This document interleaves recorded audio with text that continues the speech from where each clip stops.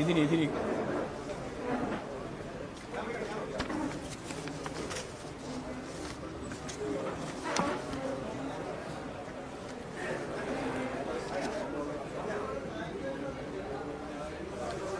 അപ്പോൾ തുടങ്ങാം. നമുക്ക് ആരംഭിക്കാം. കുത്തകളെ പാലൂട്ടി വളർത്തുന്ന കേന്ദ്ര സർക്കാർ അവരുടെ പക്ഷമേത് എന്ന് വീണ്ടും പ്രഖ്യാപിച്ചിരിക്കുകയാണ്. പാർലമെന്റിൽ അവതരിപ്പിച്ച ബഡ്ജറ്റിന്റെ ഭാഗമായിട്ടുള്ള പരിശോധനയിൽ നമുക്ക് മനസ്സിലാക്കാനാവുന്നത് പാവങ്ങളെ ഞെക്കിപ്പിഴിഞ്ഞ് എല്ലാ ആനുകൂല്യങ്ങളും അവർക്ക് നൽകിക്കൊണ്ടിരിക്കുന്നതുൾപ്പെടെ സാമ്പത്തിക അച്ചടക്കം എന്ന കാര്യം പറഞ്ഞ് ഇല്ലാതാക്കുന്നു എന്നുള്ളതാണ് വളരെ പ്രധാനപ്പെട്ട കാര്യം. അപ്പോൾ സാമ്പത്തിക അച്ചടക്കത്തിൻ്റെ പേര് പറഞ്ഞ് ഈ സാധാരണക്കാരിൽ നിന്ന് എല്ലാ ആനുകൂല്യങ്ങളും കവർന്നെടുത്ത് ഈ സമ്പന്നർക്ക്, വൻകിട വ്യവസായികൾക്ക് വലിയ ഇളവുകൾ നൽകി അതിനുതകുന്ന രീതിയിലുള്ളൊരു ബഡ്ജറ്റ് സംവിധാനമാണ് കേന്ദ്രം ഇപ്പോഴീ ബഡ്ജറ്റിലൂടെ കാഴ്ചവെച്ചിട്ടുള്ളത്. ധനക്കമ്മി കുറക്കാനെന്ന പേരിൽ കർഷകർക്കും തൊഴിലാളികൾക്കും നേരെ നഗ്നമായ ആക്രമണമാണ് ബജറ്റ് നടത്തുന്നത്. പട്ടികജാതി വിഭാഗം, പട്ടികവർഗ വിഭാഗം, അതുപോലെ കൃഷിയും അനുബന്ധ പ്രവർത്തനങ്ങളും, ഗ്രാമവികസനം, വിദ്യാഭ്യാസം, ആരോഗ്യം, സാമൂഹ്യക്ഷേമം എന്നിവയ്ക്കെല്ലാമുള്ള ചെലവുകളിൽ വെട്ടിക്കുറവ് വരുത്തിയിരിക്കുകയാണ്. സ്ത്രീകൾക്കായുള്ള പദ്ധതികളിൽ 51,144 കോടിയുടെ വെട്ടിക്കുറവാണ് ഉണ്ടാക്കിയിട്ടുള്ളത്. അതുപോലെ രാഷ്ട്രീയ കൃഷി വികാസ് യോജന, അതുപോലെ PM Shri, PM Poshan, PMJY, PMMSY എന്ന് പറഞ്ഞാൽ പിയുമായിട്ട് ബന്ധപ്പെട്ട് പറഞ്ഞിട്ടുള്ള ഒരുപാട് ഗ്രാമവികസന, നഗരവികസനം ഉൾപ്പെടെയുള്ള വിള ഇൻഷുറൻസ് ഉൾപ്പെടെയുള്ള എല്ലാ പദ്ധതികളും വിഹിതം വെട്ടിക്കുറച്ചിരിക്കുകയാണ്. വളം, ഭക്ഷ്യം, പെട്രോളിയം എല്ലാ സബ്സിഡികളും കൂടുതൽ വെട്ടിക്കുറക്കാൻ ഇപ്പോൾ തീരുമാനിച്ചിരിക്കുകയാണ്. കേന്ദ്രാവിഷ്കൃത പദ്ധതികൾ, ധനകാര്യ കമ്മീഷൻ ഗ്രാന്റുകൾ തുടങ്ങിയവതെല്ലാം വലിയ രീതിയിലുള്ള കുറവാണ് വരുത്തിയിട്ടുള്ളത്. 2,03,801 കോടി രൂപയുടെ കുറവ് ഈ കേന്ദ്രാവിഷ്കൃത പദ്ധതികളും അതുപോലെ ധനകാര്യ കമ്മീഷന്റെ ഭാഗമായിട്ടുള്ള ഗ്രാന്റിലും കുറവ് വരുത്തിയിരിക്കുകയാണ്. തൊഴിലുറപ്പ് പദ്ധതിയെ സംബന്ധിച്ച് വളരെ വളരെ അപകടകരമായ നിലയിലേക്കാണ് കാര്യങ്ങൾ. പത്രങ്ങളൊക്കെ ഇന്ന് വായിക്കുമ്പോൾ 1,51,000 കോടി രൂപയാണ് വേണ്ടി വരിക എന്ന് പറഞ്ഞിട്ടുണ്ട്. പക്ഷെ നീക്കി വെച്ചത് 30,000 കോടിയാണ്. സത്യം പറഞ്ഞാൽ 1,25,000 കോടി കഴിഞ്ഞ പ്രാവശ്യത്തിൽ ഉണ്ടെങ്കിൽ മാത്രമേ അതിൻ്റെ കുടിശ്ശിക ഉൾപ്പെടെ കൊടുക്കാൻ സാധിക്കുള്ളൂ. 1,25,000 കോടി കഴിഞ്ഞ പ്രാവശ്യം തന്നെ വേണം. അത് 87,000 കോടി മാത്രമേ നീക്കി വെച്ചിട്ടുള്ളൂ. 87,000 കോടി, ബാക്കിയുള്ളത് കുടിശ്ശികയാണ്. ഇപ്രാവശ്യം അവർ തന്നെ പറയുന്നത് 1,51,000 കോടി വേണ്ടി വരുമെന്നാണ്. അതിൽ നീക്കി വെച്ചത് 30,000 കോടി മാത്രമാണ്. ചുരുക്കി പറഞ്ഞാൽ ഇന്ത്യയിലെ കോടിക്കണക്കിന് മനുഷ്യരെ ബാധിക്കുന്ന ഏറ്റവും പ്രധാനപ്പെട്ട പ്രശ്നമായ ഈ തൊഴിൽ നൽകിക്കൊണ്ടിരിക്കുന്ന ഈ പദ്ധതി ഒന്നാം UPA ഗവൺമെൻറ്റിൻ്റെ കാലത്ത് ഇടതുപക്ഷ സമ്മർദ്ദത്തെ തുടർന്നുണ്ടാക്കിയതാണ് യഥാർത്ഥത്തിൽ ഈ നിയമം, ഭരണഘടനാ ഭേദഗതിയിലൂടെ. അത് പൂർണ്ണമായിട്ടും ഇല്ലായ്മ ചെയ്യുന്നതിന് വേണ്ടിയുള്ള ബോധപൂർവമായ ഇടപെടലാണ് ഇപ്പോഴും നടന്നുകൊണ്ടിരിക്കുന്നത് എന്നുള്ളതാണ് കാണുന്നത്. നമ്മൾ ആ നിയമം നിർമ്മിച്ച സമയത്ത് തന്നെ ചൂണ്ടിക്കാണിച്ച നിയമം നിർമ്മിച്ചുകൊണ്ടാണ് ഇത് തകർക്കാൻ വേണ്ടി ശ്രമിച്ചത്. അത് അന്നേ ചൂണ്ടിക്കാണിച്ചതാണ്. കേരളത്തെ സംബന്ധിച്ചിടത്തോളം നേരത്തെ പറഞ്ഞ പോലെ ഫിനാൻസ് കമ്മീഷൻ വിഹിതം ഉയർത്തണമെന്ന നമ്മുടെ ആവശ്യം, നമുക്ക് കേരളത്തിന് കിട്ടേണ്ടുന്ന വിഹിതം, നമ്മുടെ മാത്രമല്ല പല സംസ്ഥാന ഗവൺമെൻറ്റുകളും ആവശ്യപ്പെട്ടതാണ്.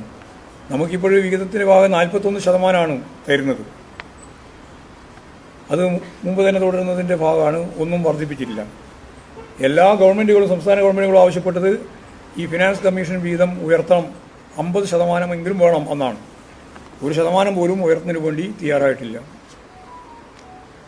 അതുപോലെ സംസ്ഥാനങ്ങൾക്കുള്ള കേന്ദ്രത്തിൻ്റെ നികുതി വിഹിതത്തിൽ എങ്ങനെയാണ് എന്ന് നമുക്ക് നോക്കിയാൽ UPക്ക് 17.62%, കേരളത്തിന് 2.38%. ഇതാണ് നില. ബീഹാറിൽ 9.9%. കേരളത്തേക്കാൾ ജനസംഖ്യ കുറവായ സംസ്ഥാനങ്ങൾക്ക് കേരളത്തേക്കാൾ വിഹിതമുണ്ട്. കേരളത്തിന് 2.38%. അത് 3.9% വരെ മുമ്പുണ്ടായിരുന്നതാണ്. അതാണ് കൊട്ടിക്കുറച്ച് ഇപ്പോൾ 2.38 എത്തിയത്. കഴിഞ്ഞ പ്രാവശ്യം ഇതിനേക്കാളും കുറവായിരുന്നു. ഇപ്പോഴും 2.38% എത്തിയിരുന്നു. സെസ്സും സർചാർജ് ഉൾപ്പെടെയുള്ള കാര്യങ്ങളെല്ലാം കേന്ദ്ര ഗവൺമെൻറ്റിൻ്റെ തന്നെ ഭാഗമായിട്ട് മാറ്റുകയാണ്. അതിൻ്റെ ഒരു വിഹിതവും കേരളത്തിന് നൽകില്ല എന്നാണ് ഇപ്പോഴും കൃത്യമായിട്ട് പറഞ്ഞിട്ടുള്ളത്. പിന്നെ കേരളത്തിൻ്റെ ആകെ വരുമാനത്തിന് 25% മാത്രമാണ് കേന്ദ്ര നികുതി വിഹിതം എന്ന രീതിയിൽ നമുക്ക് നൽകുന്നത്. ഗ്രാൻറ്റുകൾ 75% ഉൾപ്പെടെയാണ് മുമ്പ് നമുക്ക് അനുകൂലമായിട്ട് തന്നിരുന്നു. ഇപ്പോഴല്ല, മുമ്പ് എന്ന് പറഞ്ഞാൽ 75% നമ്മളാണ് നിർവഹിക്കേണ്ടത്. ഈ കേന്ദ്ര വിഹിതത്തിൻ്റെ 25%ഓടൊപ്പം തരുന്ന ഗ്രാൻഡ് ഉൾപ്പെടെ എല്ലാം കുറച്ചു. അപ്പോൾ നമുക്ക് വമ്പിച്ച രീതിയിലുള്ള ബാധ്യതയാണ് വരാൻ പോകുന്നത്.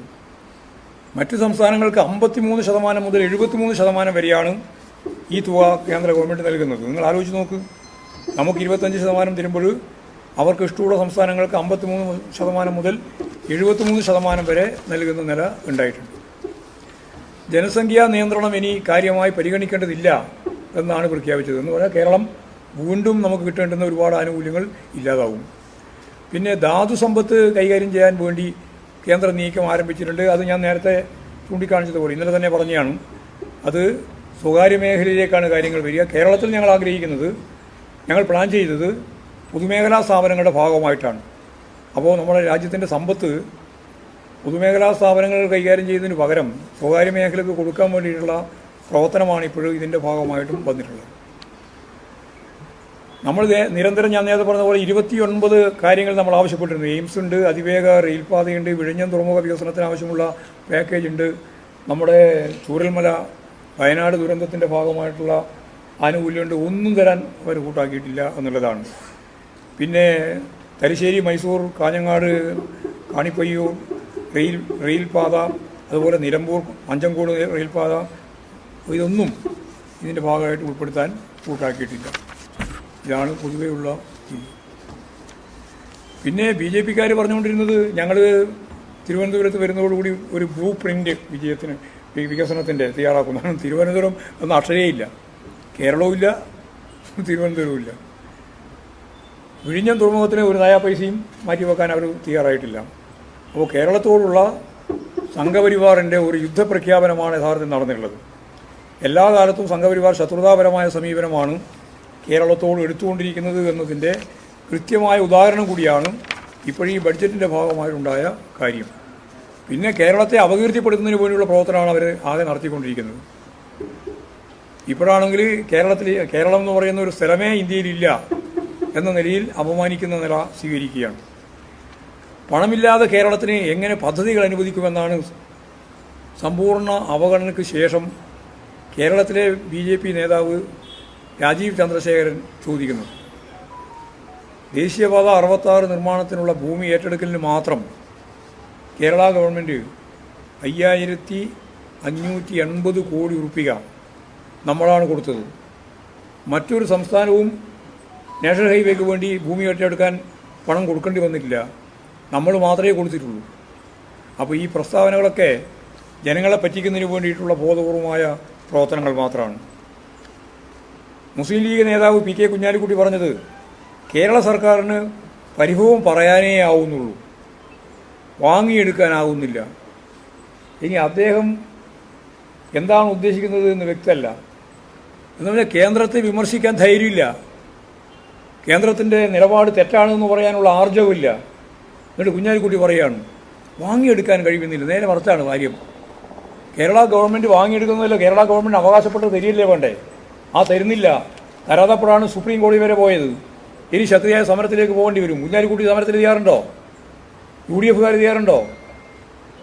എന്നിട്ട് പറയുകയാണ് വളരെ മാന്യമായിട്ട് സംസ്ഥാന ഗവൺമെൻറ് വാങ്ങിയെടുക്കാൻ കഴിഞ്ഞിട്ടില്ല, കേന്ദ്രത്തെ വിമർശിക്കാനുള്ള നട്ടലില്ല, അതിൻ്റെ ഭാഗമായിട്ടുള്ള കാര്യമാണ് ഇപ്പോൾ ഇവിടെ ലീഗായാലും കോൺഗ്രസ് ആയാലും പറഞ്ഞുകൊണ്ടിരിക്കുന്നത്. ഈ അവഗണനക്കെതിരായിട്ട് കക്ഷി രാഷ്ട്രീയത്തിന് അതീതമായി എല്ലാ ജനവിഭാഗങ്ങളെയും അണിചേർത്ത് മുമ്പോട്ടേക്ക് കൊണ്ടുപോകേണ്ടത്, അതിൽ പ്രതിപക്ഷം അവരുടെ പങ്ക് വഹിക്കണം. ആ പങ്ക് വഹിക്കുന്നില്ല എന്ന് മാത്രമല്ല, കേരളത്തെ കുറ്റപ്പെടുത്താൻ വേണ്ടിയിട്ടാണ് ഇവരെല്ലാം ശ്രമിച്ചുകൊണ്ടിരിക്കുന്നത്. ഇതാണ് നമ്മുടെ മുമ്പിലുള്ള ഒരവസ്ഥ. അപ്പോൾ വാക്കുകൊണ്ട് പോലും തള്ളി പറയാൻ കുഞ്ഞാലിക്കുട്ടിക്കാവുന്നില്ല എന്നുള്ളത് അത് RSS BJP വിഭാഗത്തിന് അനുകൂലമായിട്ടുള്ള ഒരു നിലപാടാണ് സ്വീകരിക്കുന്നത് എന്നതിൻ്റെ കൃത്യമായിട്ടുള്ള കാര്യമാണ്. അതിദാരിദ്ര്യം അവസാനിപ്പിച്ച കേരളത്തിന് ദാരിദ്ര്യം അവസാനിപ്പിക്കുക എന്നുള്ള ഏറ്റവും പ്രധാനപ്പെട്ട അജണ്ടയാണ് ഇനി മുന്നോട്ടേക്ക് വെക്കാനുള്ളത്. അത്തരത്തിലുള്ള ഒരു കാര്യവും കേന്ദ്ര ഗവൺമെൻറ്റിൻ്റെ ഭാഗമായിട്ട് ഒരു സഹായവും നമുക്ക് ലഭിക്കില്ല, പ്രതീക്ഷിച്ചിട്ട് കാര്യമില്ല എന്നുള്ളതാണ് നമ്മുടെ മുമ്പിലുള്ള ബഡ്ജറ്റുമായിട്ട് ബന്ധപ്പെട്ട കാര്യം. വോട്ടർ പട്ടികയിലെ അപാകതകൾ, SIR പ്രശ്നം വളരെ ഗൗരവമുള്ള പ്രശ്നമാണ്. 24 ലക്ഷം വോട്ടർമാരുടെ പേരുകളാണ് നിലവിലുള്ള പട്ടികയിൽ നിന്ന് നീക്കം ചെയ്തത് എന്നാണ് പറഞ്ഞിട്ടുള്ളത്. 19.32 ലക്ഷം വോട്ടർമാരോട് പൗരത്വം തെളിയിക്കാൻ രേഖകൾ സമർപ്പിക്കാൻ ഇപ്പോഴാവശ്യപ്പെട്ടിരിക്കുകയാണ്. എന്നാൽ ചില മണ്ഡലങ്ങളിൽ വലിയ രീതിയിലുള്ള വോട്ട് കൂട്ടിച്ചേർക്കപ്പെട്ടിരിക്കുന്നു എന്നുള്ള വിവരമാണ് കിട്ടിക്കൊണ്ടിരിക്കുന്നത്. ഒരുപാട് അപാകതകൾ നിറഞ്ഞ ഒരു പട്ടികയാണ് പ്രസിദ്ധീകരിക്കാൻ പോകുന്നത്. 2 ആഴ്ചക്കാലം പ്രസിദ്ധീകരിച്ചതിന് ശേഷം അത് പരിശോധിക്കാനും തിരുത്താനും ആവശ്യമായ രീതിയിലുള്ള സമയം അനുവദിക്കണം ഒന്നുകൂടി ആവശ്യപ്പെട്ടുകൊണ്ട് ഇന്ന് ഇവിടെ LDFൻ്റെ ആഭിമുഖ്യത്തിൽ സംസ്ഥാനത്തും എല്ലാ ജില്ലയിലും ശക്തിയായ രീതിയിലുള്ള ഒരു സമരം ഇന്ന് ആരംഭിക്കുന്നുണ്ട്. ആ സമരം ഇന്ന് നടക്കാൻ പോവുകയാണ്. അവിടെ ഇലക്ഷൻ കമ്മീഷൻ്റെ മുമ്പിലേക്ക് തിരുവനന്തപുരത്ത് എല്ലാ ജില്ലാ ഇലക്ഷൻ കമ്മീഷൻ കൈകാര്യം ചെയ്യുന്ന ഓഫീസിലേക്കും മാർച്ച് നടത്തുക എന്നുള്ളതാണ് ഉദ്ദേശിക്കുന്നത്. അപ്പോൾ SIR ഇവിടെ വലിയ രീതിയിലുള്ള പ്രശ്നം സൃഷ്ടിക്കുന്ന ഒരു പ്രത്യേക സാഹചര്യമാണ് ഉള്ളത് എന്ന കാര്യം മനസ്സിലാക്കിക്കൊണ്ടാണ് ഇന്ന് തന്നെ 2-ാം തീയതി സമരം നടത്തണമെന്ന് സംസ്ഥാനാടിസ്ഥാനത്തിലും അതുപോലെ ജില്ലാടിസ്ഥാനത്തിലും തീരുമാനിച്ചു. ഇത്രയും കാര്യങ്ങളാണ് പൊതുവായിട്ട് നിങ്ങളോട് പങ്കുവെക്കാനുള്ളത്. ഇന്നലെ കുറേ കാര്യങ്ങൾ പറഞ്ഞതുമാണ്. പ്രതിഷേധം രേഖപ്പെടുത്തിക്കൊണ്ടാണ് ഈ ജാഥ ഉൾപ്പെടെ ഉടനീളം ഞങ്ങളത് കാര്യം പറയാനും അതിശക്തിയായ സമരത്തിലേക്ക് ജാഥ കഴിഞ്ഞാൽ നമുക്ക് നീങ്ങേണ്ടി വരും. അവഗണനക്കെതിരായിട്ടുള്ള ജനകീയ മുന്നേറ്റം സൃഷ്ടിക്കാൻ നമുക്ക് സാധിക്കേണ്ടി വരും.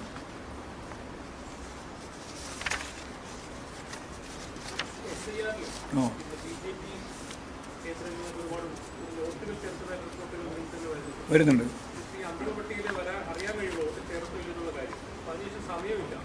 അതാണ് ഞങ്ങളിപ്പോൾ ആവശ്യപ്പെടുന്നത്. 2 ആഴ്ച കൂടി സമയം അനുവദിക്കണം എന്ന് ഞങ്ങൾ പറയുകയാണ്. കാരണം എന്താ പറഞ്ഞാൽ ഇത് ആരാ ചേർത്തത്? BLOമാർ പോലും അറിയാതെ വോട്ടർമാരെ ചേർത്തുകൊണ്ടിരിക്കുന്നു എന്നാണ് പറയുന്നത്, മാറ്റിക്കൊണ്ടിരിക്കുന്നു എന്നാണ് പറയുന്നത്. അതിൻ്റെ അകത്ത് വളരെ വലിയ ഒരു ദുരൂഹതയുണ്ട്.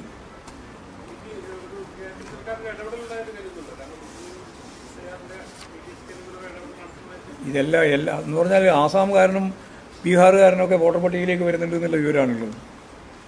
ഞങ്ങൾക്ക് കിട്ടിയ വിവരം തന്നെ പരിശോധിച്ച് നോക്കിയപ്പോൾ ചില വാർഡുകളിലേക്ക് അങ്ങനെയുള്ള ആളുകൾ വന്നിട്ടുണ്ടെന്നാണ്. ഇവിടെയുള്ള തൊഴിലാളികളൊന്നുമല്ല, ഒരു തരത്തിലുള്ള അഡ്രസ്സോ ഒന്നും ഇവിടെ ഇല്ലാതെ വോട്ടർമാർ കൂടി ഇതിൻ്റെ അകത്ത് കടന്നു വരുന്നുണ്ട് എന്ന് പറയുന്നുണ്ട്. അതിപ്പോൾ എന്താ അതിൻ്റെ സ്ഥിതി എന്നുള്ളത്, നിജസ്ഥിതി എന്നുള്ളത് പ്രസിദ്ധീകരിച്ചാൽ മാത്രമേ നമുക്ക് പറയാൻ സാധിക്കൂ. BLOമാർ അറിയുന്നില്ല. BLOമാർ അറിയാതെ തന്നെ നിരവധി വോട്ടുകൾ ഓരോ ബൂത്തിലും ചേർക്കുന്നു എന്നുള്ളതാണ് വിവരം. നേരെ മറിച്ച് BLOമാർ അറിഞ്ഞുകൊണ്ട് മാത്രമേ വോട്ട് ചേർക്കാൻ പാടുള്ളൂ എന്നുള്ളതാണ് നിബന്ധന. അതിന് ലിസ്റ്റ് തരണം എന്ന് പറഞ്ഞിട്ടുണ്ട്. അപ്പോൾ അതൊന്നും കൃത്യമായിട്ട് ലഭിക്കുന്നില്ല. ആ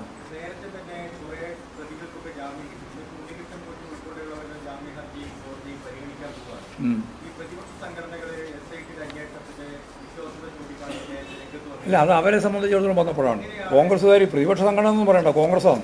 കോൺഗ്രസും BJP ആണ്. കോൺഗ്രസ് യഥാർത്ഥത്തിൽ സ്വർണ്ണക്കൊള്ളക്കടത്തുമായി ബന്ധപ്പെട്ടുകൊണ്ട് വലിയ രീതിയിലുള്ള പ്രചരണം നടത്തിയവരാണ്. ഇപ്പം മിണ്ടാട്ടില്ല. മാധ്യമങ്ങൾക്ക് തന്നെ അതിനെ സംബന്ധിച്ചിടത്തോളം ഇപ്പോൾ ചർച്ചയില്ല. മാധ്യമം നിങ്ങളേതാ 24.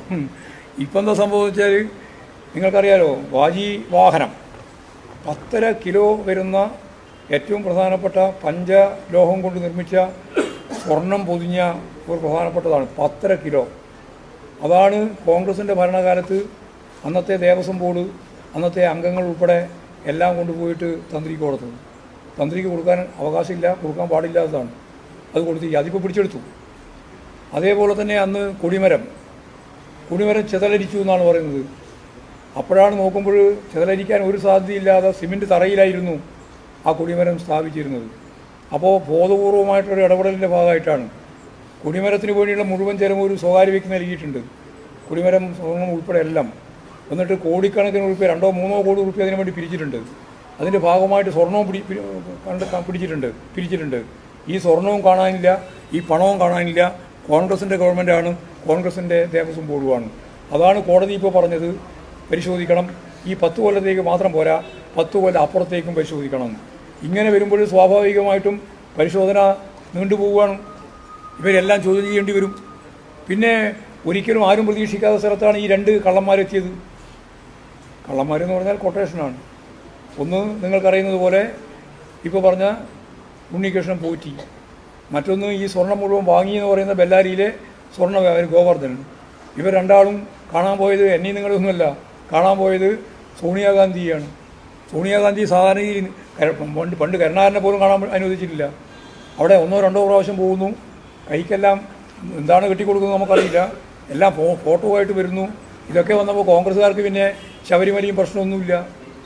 അതുപോലെ വളരെ പ്രധാനപ്പെട്ട ഏറ്റവും ഈ കേസുമായി ബന്ധപ്പെട്ട വളരെ പ്രധാനപ്പെട്ട ഒരാൾ തന്ത്രിയാണ് എന്ന് വന്നിരിക്കുകയാണ്. തന്ത്രിയുടെ വീട്ടിലേക്കാണ് BJP-കാരൻ്റെ യാത്ര, ഘോഷയാത്ര അറസ്റ്റ് ചെയ്തപ്പോൾ. അപ്പോൾ പിന്നെ BJP-കാർക്കും ഇപ്പം ഉണ്ടായിട്ടില്ല.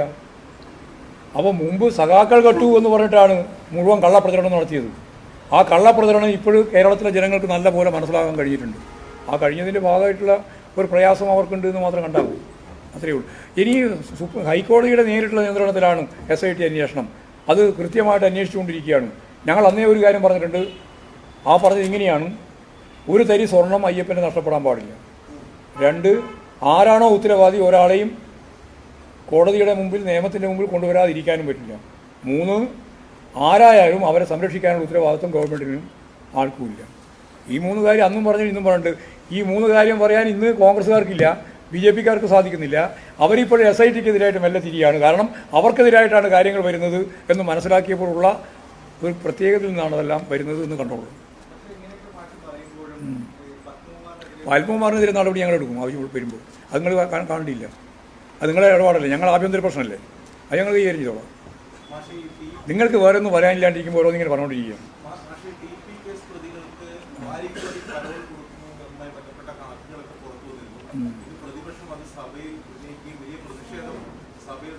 അവർക്ക് വേറെ ഒന്നും പ്രതിഷേധിക്കാനില്ല, അതുകൊണ്ടാണ്. അവർക്ക് വേറെ ഒന്നും കേരളത്തെപ്പറ്റി പറയാൻ പറ്റില്ല, കേരളത്തിൻ്റെ വികസനത്തെപ്പറ്റി പറയാൻ പറ്റില്ല, കേന്ദ്ര ഗവൺമെൻറ് അവതരിപ്പിച്ച ബഡ്ജറ്റിനെ പറ്റി പറയാൻ പറ്റില്ല, ബഡ്ജറ്റിൻ്റെ ഭാഗമായിട്ടുള്ള കേരള അവഗണനയെ പറ്റി പറയാൻ പറ്റില്ല. ഒന്നും പറയാതിരിക്കാൻ നമ്മൾ ആർക്കോ ജാമ്യം കിട്ടിയ അല്ലെങ്കിൽ മറ്റെന്താ ഞങ്ങൾ പറഞ്ഞേ പരോൾ കിട്ടിയതിനെ പറ്റിയാണ് പറഞ്ഞുകൊണ്ടിരിക്കുന്നത്. പറഞ്ഞുകൊണ്ടോട്ടെ, ഞങ്ങൾക്ക് ഒരു പ്രശ്നമൊന്നുമില്ല. ഏത് കോടതിയായാലും ഞാൻ പറഞ്ഞില്ല, ഏത് കോടതിയായാലും ഏത് പ്രതിപക്ഷമായാലും അവർ പറഞ്ഞുകൊണ്ടിരിക്കുന്ന കാര്യത്തെ സംബന്ധിച്ച് അവർ പറയട്ടെ. എല്ലാ കേസിലും പ്രതികൾ അറിയില്ല, എനിക്കറിയില്ല. ആയിക്കോട്ടെ, കോടതി ചോദ്യത്തിന് ഉത്തരം പറയേണ്ടവർ പറയട്ടെ എന്ന്. ഞങ്ങളെന്താ ഉത്തരം പറയും? ഞങ്ങൾ ജാതിയാണ് ഉത്തരം പറയേണ്ടത്? സർക്കാരിന് എന്ത് സർക്കാർ? അതായത് ആരെല്ലാമാണ് ജയിലിൽ കിടക്കുന്നത്, ജയിലിൽ കിടക്കുന്ന ആർക്കൊക്കെയാണ് പെരോൾ കിട്ടിയതെന്നുള്ള നോക്കിയിട്ടാണോ ഞങ്ങൾ ഈ ജാഥ പുറപ്പെട്ടത്? നിങ്ങൾക്ക് രാഷ്ട്രീയമായ ഉത്തരവാദിത്വമുണ്ട്, അതുകൊണ്ടാണ് നിങ്ങൾ നിർവഹിക്കുന്നത്. അത് നിർവഹിച്ചോ, അതിനൊന്നും മറുപടി ഞാനില്ല. ഞങ്ങൾ നടപടി എടുക്കും, ആവശ്യമായ നടപടി എടുക്കും. ആയില്ല, വന്നില്ല. ചാർജ് ഷീറ്റ് വരട്ടെ, ചാർജ് ഷീറ്റ് വന്നാൽ ഞാൻ നേരത്തെ പറഞ്ഞാണല്ലോ. ചാർജ് ഷീറ്റ് എന്ത് എങ്ങനെ കുറ്റം തെളിഞ്ഞിട്ടില്ലല്ലോ. കുറ്റം തെളിയണമെങ്കിൽ ഇപ്പം തെളിയോ?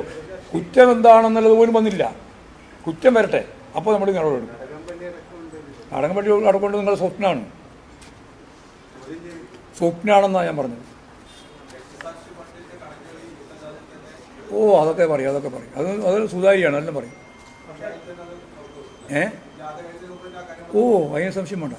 നിങ്ങൾക്ക് ആവശ്യമുണ്ടോ പെട്ടെന്ന്? അല്ല, ഇന്ന് വേണമെങ്കിൽ ഞാൻ പയ്യന്നൂരിൽ സമാപിക്കുന്നില്ല, അവിടെ വരാം. ഇതിലൊന്നും സംസ്ഥാന നേതൃത്വം ജില്ലാ കമ്മിറ്റിയോട് പറയേണ്ട കാര്യമൊന്നുമില്ല. ജില്ലാ കമ്മിറ്റിക്ക് തന്നെ നേരിടാം, ആ കാര്യമെല്ലാം പറയാൻ പറ്റുന്നേ ഉള്ളൂ. നടത്തി ഒരുപാട് നിർദ്ദേശങ്ങൾ വന്നിട്ടുണ്ട്. കാസർഗോഡിൻ്റെ വികസനവുമായിട്ട് ബന്ധപ്പെട്ട് നിരവധി കാര്യങ്ങൾ ഇന്ന് രാവിലെ ഇവിടെയുള്ള പ്രധാനപ്പെട്ട വ്യക്തികളുമായിട്ട് നടത്തിയ ചർച്ചയിൽ അവർ ഉന്നയിച്ചിട്ടുണ്ട്. ആ ഉന്നയിച്ച കാര്യങ്ങളൊക്കെ ഞങ്ങൾ പ്രകടനപത്രികയുടെ ഭാഗമായിട്ട് മാറ്റാൻ പറ്റുന്നതെല്ലാം അതിൻ്റെ ഭാഗമാക്കി കാസർഗോഡ് ജില്ലയുടെ വളർച്ചയുമായി ബന്ധപ്പെട്ട് പറയും. അതിൽ സംരംഭകർ തന്നെ വന്നിട്ട് ഗവൺമെൻറ്റിനെ അഭിനന്ദിക്കുന്ന നില സ്വീകരിച്ചിട്ടുണ്ട്. ഞങ്ങൾക്ക് വലിയ വിദ്യാഭ്യാസ മേഖലയിലുള്ള അധ്യാപകർ ഉൾപ്പെടെ വന്നു. അവരും പറഞ്ഞു ചരിത്രത്തിലില്ലാതെ വിജയമാണ്, വളർച്ചയാണ് വിദ്യാഭ്യാസ മേഖല ഉണ്ടായിട്ടത്. കേരളത്തിൽ പൊതുവേ വ്യാവസായിക മേഖല ഉൾപ്പെടെ വമ്പിച്ച മുന്നേറ്റം സൃഷ്ടിച്ചിട്ടുണ്ട് കാസർഗോഡ് എന്നാണ് അവരെല്ലാം പറഞ്ഞത്. നല്ല രീതിയിലുള്ള ഒരു സമീപനമാണ് കണ്ടിട്ടുള്ളത്. ഇല്ല, സീറ്റ് വിഭജന ചർച്ച ഞങ്ങൾ ആരംഭിച്ചിട്ടില്ല.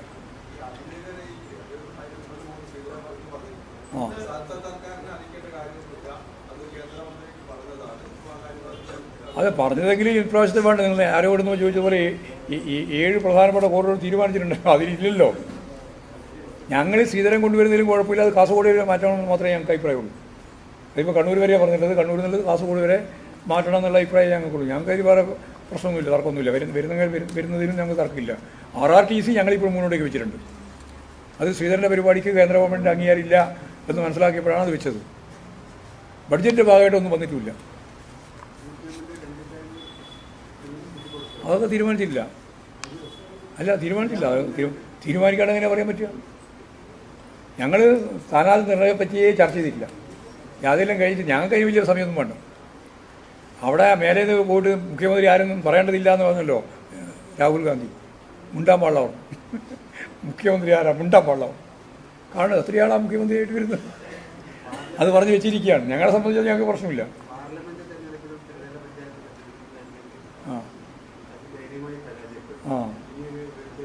വമ്പിച്ച ഉയർന്നത്തിൽ വരും. വമ്പിച്ച മുന്നേറ്റമായിരിക്കും. ഞങ്ങൾക്ക് നമ്മളെ ഇന്നലത്തെ അനുഭവം തന്നെ അതല്ലേ. ഇന്നലെ മഞ്ചേശ്വരവും കാസർഗോഡെല്ലാം കണ്ട ജനകീയമായ ഒരു അഭൂതപൂർവ്വ മുന്നേറ്റമല്ലേ ഞങ്ങൾ കാണുന്നത്. ഇനിയിപ്പോൾ ഇന്നു മുതൽ കാണാൻ പോകുന്നതും അത് ഇനിയാണ്. ജനങ്ങളുമായിട്ട് ഞങ്ങൾ സംവേദിച്ച് കഴിഞ്ഞിട്ടുണ്ട്. കേരളത്തിലെ മുഴുവൻ വീടുകളിൽ ഞങ്ങൾ കയറിയിട്ടുണ്ട് മിക്കവാറും. ആ കയറിയ എല്ലാ സ്ഥലങ്ങളിലും ഞങ്ങൾ ചർച്ച ചെയ്തിട്ടുണ്ട്. ചർച്ച ചെയ്തപ്പോൾ എല്ലാവരും ഗവൺമെൻറ് അനുകൂലമാണ്. ഗവൺമെൻറ് വിരുദ്ധ വികാരം കേരളത്തിൽ ഇല്ല.